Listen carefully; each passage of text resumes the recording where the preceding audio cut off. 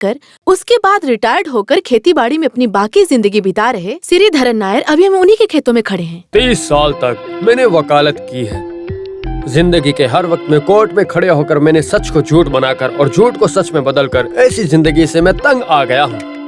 Court के केसों को मैंने अपने बेटे मनोज के हवाले करके मैं इस धरती पर आकर बस गया हूँ। धरती सच्चाई का अगला रूप है। अगर उसके साथ प्यार किया तो वो 10 गुना बड़ा कर देगा। मैं ये बात अपने एक्सपीरियंस के साथ कह रहा हूँ। इन्हें अपनी जिंदगी जीने के लिए इन्हें और दिमाग की जरूरत है। सही बोल रही है। इसकी मदद मुझे जिंदगी के हर मोड़ पर मिलती रही है। सच बोलूं तो मुझसे भी ज्यादा बात आप लोग इसके मुंह से सुनेंगे तो बेहतर रहेगा। ये बोलने में मायरा, बोलो बोलो। ठीक है, मैं बोलती हूँ। सुनो, यहाँ आने से पहले जो हम बीज लगाए थे वो बड़े बड़े झाड़ों में बढ़ गए हैं। अरे तुम यहाँ आकर ऐसा वैसा बोलकर शिकायत किस लिए कर रहे हो मुझसे? क्या कर सकता हूँ? मियाँ बीवी के बीच कुछ मसला रहा तो उसे वही सेट कर लेना चाहिए। सिर्फ माँ बाप को ही नहीं, किसी को भी उसमें दखलंदाजी करने का अधिकार नहीं है। समझे तुम मेरी बात को? तुम्हारी माँ के साथ में भी छोटे मोटे झगड़े करते रहता था मैं। अगर ऐसे ही 1 महीना गया तो फिर भी नाम के लिए एक झगड़े को खींच कर अगर उसके पिताजी को 4 गालियां नहीं दी तो मुझे नींद नहीं आती थी। हाँ, झगड़े से हम कोई भी छुटकारा नहीं पा सकते। अब अरे बाप रे, खेती में बहुत अच्छे करेला है, उसे छीलकर आपके मुंह में डाल दूंगी जिस दिन आप मेरे पिताजी को गाली देंगे। अरे वो लोग चले गए क्या? अरे उन लोगों को हम जो बोल रहे हैं वो सुनने का समय कहाँ है? जो उनके सामने आए हैं वो उनका इंटरव्यू लेकर बाइक से निकल गए हैं। तुम एक काम करो ना, थोड़े दिन के लिए तुम इसके साथ इसके फ्लैट में जाकर ठहर जाओ। जाते वक्त तुमने बोला था ना चैम्बूर में, वो भी थोड़ा लेकर जाओ। किस लिए? अरे ये किसी काम पर नहीं जाता है तो वो लड़की तरह तरह के मसले उठाती रहती है तो इनमें झगड़ा बना ही रहता है।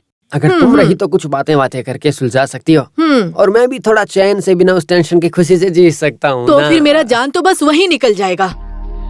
मामला मेरी बहू का इस वजह से नहीं बोल रही हूँ। पिछले साल जो मैं वहाँ समय बिताई थी उसे मैं आज भी नहीं भूल पा रही हूँ। कभी कभार उस लड़की को अगर कुछ बोलो तो अगर उसे कुछ हो जाए तो वो हम पे ही बोलना शुरू कर देगी। ये सब बात मैं नहीं पूछने जा रही। माँ जो बोल रही है वो सही है ना पिताजी? बच्चे की मौत हुई है, उसका कारण मैं ही हूँ। सब ठीक हो जाएगा। बस 1.5 साल ही हुआ है ना, थोड़े और दिन जाने दो। उसको वक्त के साथ मिलने के लिए थोड़ा समय दो। और तुम लोगों के बीच में रहने वाला छोटा छोटा मसला, उसके लिए एक ही रास्ता बचा है, एक बच्चा। अगला बच्चा पैदा होने पर ही उसके अंदर बदलाव आ जाएगा। उस रास्ते के बारे में सोचो। उस बारे में सोचो। कि ये सब मेरे अकेले के सोचने से नहीं होगा। बच्ची के चले जाने के बाद हम दोनों सिर्फ नाम के लिए एक साथ फ्लैट में रहते हैं। दिल और शरीर दोनों अलग ही दुनिया में रहते हैं। इससे अच्छा और कोई भी रिश्ता नहीं मिलेगा। पिताजी आपने उसे मेरे गले में डाल दिया। अरे वो बिना माँ बाप के साए में पलकर बड़ी हुई है, इसी वजह से बड़े पिताजी ने ये रिश्ता पक्का कर लिया था। अरे टाउन हॉल में हरिकोट मास्टर अकादमी में रेटेपी मेनन प्रसंग संबोधन कर रहे हैं ना, ऐसा सुना तो उसमें मेनन सर के संबोधन को सुनने के लिए मैं हमेशा वहां जाता था। मेरी बहू केपी मेनन की छोटी बच्ची है, ऐसा बोलने में बहुत फक्र की बात है मेरे लिए। हाँ, उसी वजह से जब वो आदमी मरा था तब उसके गाने की किताब, संबोधन की किताब, उस आदमी की सारी किताबें आपने मेरे घर भेज दी थी। अरे उसके कमरे में जाने को सोचो तो लगता है किसी ब्रिटिश लाइब्रेरी में घुस गया हूँ।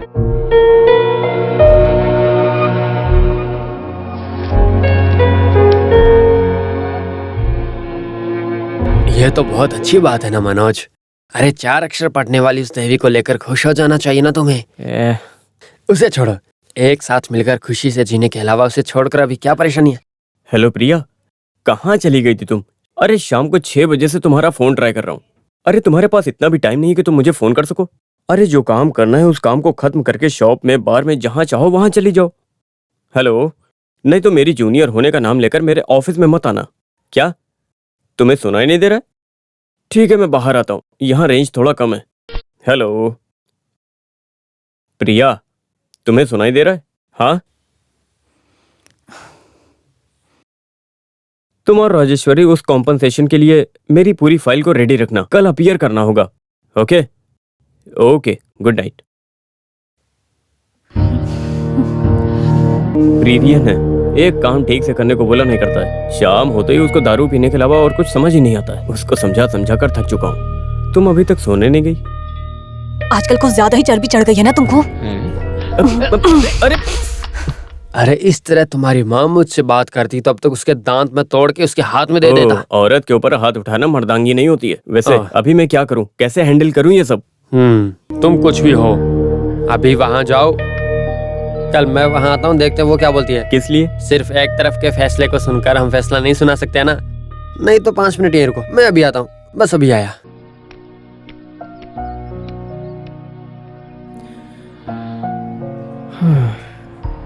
ये शादी कहलाने वाली स्थापना के मैं बिल्कुल खिलाफ हूँ और इन्हें मैं बिल्कुल सपोर्ट नहीं करती। मेरी जिंदगी में, मेरे अनुभव में भी मुझे सिखाया गया है, कोर्ट के कटघरे में खड़ा करके मुझे अश्लील बनाकर रखने वाला एक समझौता है ये शादी।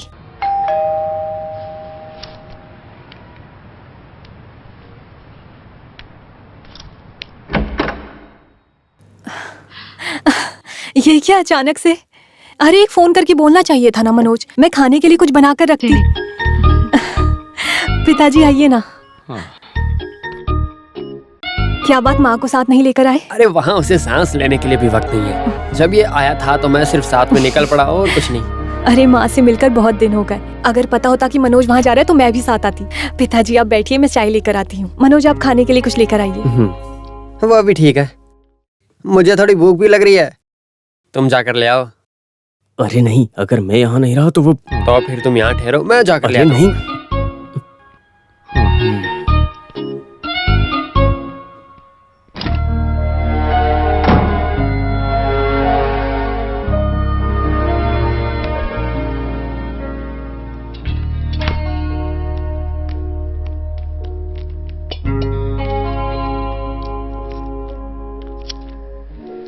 बेटी, आज हमारे उस खेत में शूट करने के लिए सिटी चैनल वाले आए थे। उन लोगों को मेरा और रमनी का इंटरव्यू चाहिए था, लेकिन मुझे बोलने के लिए उसे छोड़ना तो चाहिए था ना। अगर मैं कुछ बोलने के लिए शुरू करता तो वो बीच में आ जाती। वो बहुत दिमाग लगाकर अच्छे से एक एक बात बोलती है, लेकिन सुनने वाले को ऐसा लगता है कि उसके पिताजी की सारी अमानत मैं छीन के ले आया हूँ। फिर भी सच बात तो वो नहीं है ना। 1 साल से वो बंद पड़ा था, उसके बाद ही पिताजी ने उस अमानत को अपने हाथ में लिया है। ऐसा चैनल वालों को बोलने की जरूरत ही नहीं ना, इसीलिए इस पिताजी ने भी कुछ नहीं बोला। वजह क्या है पता है? आपस में इस जोड़ी का तालमेल नहीं जम रहा है। ऐसा चैनल वालों को पता चलने का मौका ही नहीं दिया हम दोनों ने। अब ऐसे में मैं मेरे और रमनी के बीच कुछ मसला उठा दूं, वो हम दोनों को ही सुलझा लेना चाहिए था ना। उसमें किसी दूसरे आदमी को बताने की जरूरत नहीं है हमें। यही सांसारिक है ना। तुम्हारी राय क्या है बेटी?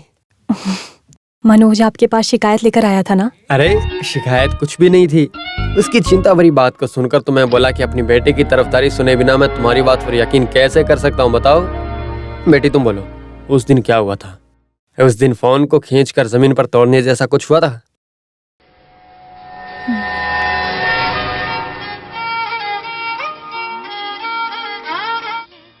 प्रिया, ये सब क्या है? मैं शाम को 6 बजे से ट्राई कर रहा हूँ। मुझसे बात करने के लिए तुम्हारे पास जरा भी टाइम नहीं है? हाँ, वैसे ऑफिस का समय खत्म हो जाने के बाद पहले से क्लब में जाकर 2 पैक पीने वाला मैं आज 2 घंटे तक उस शॉपिंग मॉल के ऊपर खड़े होकर अपना टाइम बिता रहा था। अरे वो मेरे सामने। 1 मिनट रुको, मैं बालकनी में आके बात करता हूँ। हाँ, होल्ड करना, लाइन पे रहना। मैं सुबह कोर्ट का नाम बोलकर निकल आऊंगा, हम कहीं दूर जाकर बैठेंगे। अरे वो वाइफ को कुछ पता नहीं चलेगा, वो दिन भर किताब को लिए बैठी रहती है। मैं भी सीरियसली उसी के बारे में सोच रहा हूँ। डिवोर्स मिल जाने के बाद और इससे छुटकारा पाने के बाद इसकी कोई तो वैल्यू होनी चाहिए ना। तो फिर हम कल मिलते हैं। Okay okay dear, bye bye, take care, bye, good night. वो प्रीनियन है, कितना भी कहो एक काम भी ठीक से नहीं करता है। शाम होते ही दारू पीने के अलावा कुछ सोचता ही नहीं है। समझा समझा कर थक चुका हूँ। तुम अभी तक सोई नहीं?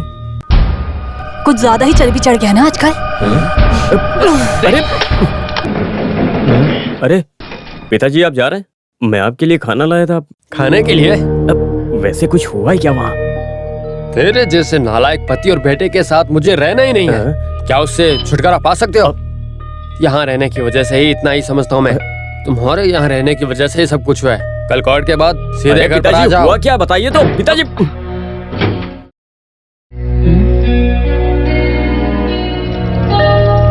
तुमने पिताजी से क्या बोला है? भावना, तुमने पिताजी से आखिर ऐसा क्या बोला है?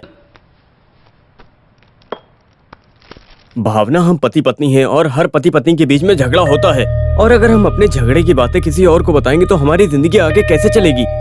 लेकिन भावना, क्या तुम जानती हो पिछले कुछ सालों से तुम अपनी उस दुनिया को खो रही हो? तुम्हारे दिल में क्या चल रहा है जब तक बताओगे नहीं मुझे कैसे पता चलेगा? मेरे दिल में क्या चल रहा है वो जानकर उसकी कार्रवाई करने की कोशिश मत करो। वो जमाना कब का निकल चुका है। अरे इससे भी बड़ी बड़ी परेशानियों से कितने परिवार गुजर चुके हैं भावना, तुम जानती हो। शायद आप उसे जल्दी से भूल सकते हो, लेकिन ये मुझसे नहीं होगा मनोज, हरगिज नहीं हो सकता। अगर मेरी बात को तुमने सुन लिया होता तो अब तक मेरी बच्ची कपड़े को बदल लेना जैसे ही आप लोगों की जिंदगी है ना। नहीं तो कपड़े पहनकर कोर्ट जाते वक्त हर दिन आपके लिए नया है। यादें नहीं है, दर्द नहीं है, बस उस वक्त की खुशी है, अहम है। उसके लिए किसी भी रास्ते को आप चुनोगे। मैं कुछ समझा नहीं। समझ नहीं पाओगे। एक जान को खेल समझकर खिलवाड़ करने वाला इंसान कभी नहीं समझ पाएगा। मेरी जिंदगी ऐसी हो गई, कभी नहीं समझोगे। मेरी इस तकलीफ को भूलकर अपनी खुशी की तरफ जाते वक्त बेइज्जती करने वाली मेरी जिंदगी को तुम कभी नहीं समझ पाओगे।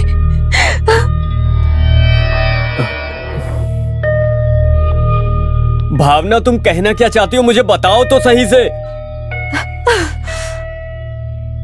जिद्दी भाषा बोला तो संसार का एक अगला हिस्सा है। अपनी तकलीफ को किसी भी तरह बाहर दिखा देता है। बात नहीं करने का जब ऐसा एक आदमी बोलते हैं तब उस आदमी को बोलने का मौका देना चाहिए, नकारने का नहीं। उस व्यक्ति के ऊपर अधिकार डोमिनेट करने का भी एक पहलू है। मेरे रहते वक्त तुम्हें बात करने की जरूरत नहीं। जब ऐसा एक पति बोलता है तो यही करना पड़ता है।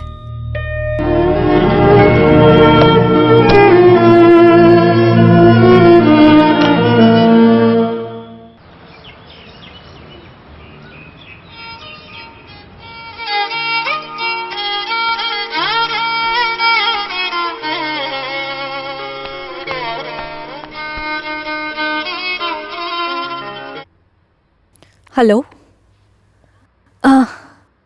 वो तो अभी उठे नहीं है।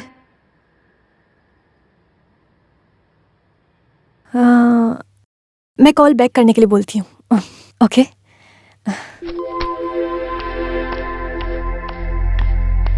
मनोज, मनोज। हाँ? ये क्या है, इतना टाइम हो गया है, 8 बज गया है। कोर्ट नहीं जाना है क्या? सुबह से मनोज तुम्हारा फोन लगातार बज रहा है।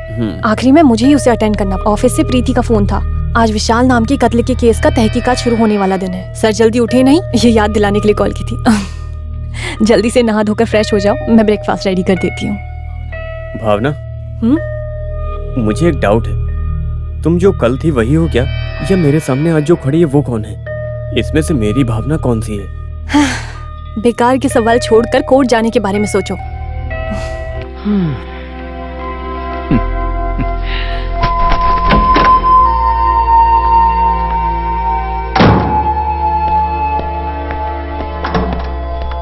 मनोज, फाइल तो लिए नहीं?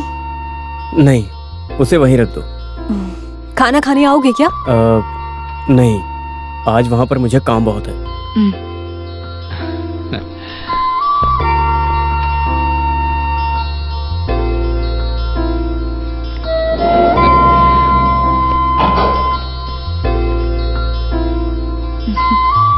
बाय।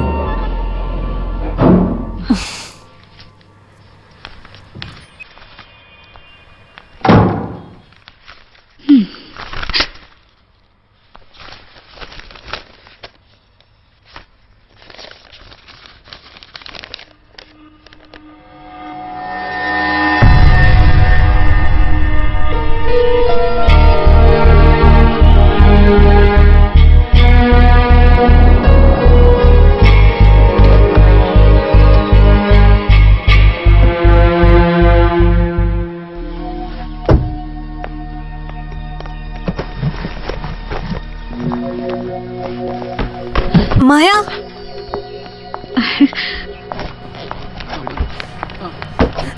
अरे बाप रे मैडम जी, क्या कर रहे हो? ओहो, ध्यान कहाँ है तुम्हारा? इडियट, तुम एक काम भी ठीक से नहीं कर सकते, बेवकूफ। सॉरी सर, जब मैडम जी आएगी तो मैं उनसे टकरा गया और गिर गया नीचे। मैं क्या करूं? भाषण देना बंद करो, चलो उठाओ इसे। Sorry. I am so sorry. सब खराब कर दिया। माया को देखकर भागेगी। इसे देखा क्या? अब इस किताब का हाल तो देखो। इसके अंदर के सारे बीच बीच के पन्ने बाहर निकल आएंगे अब।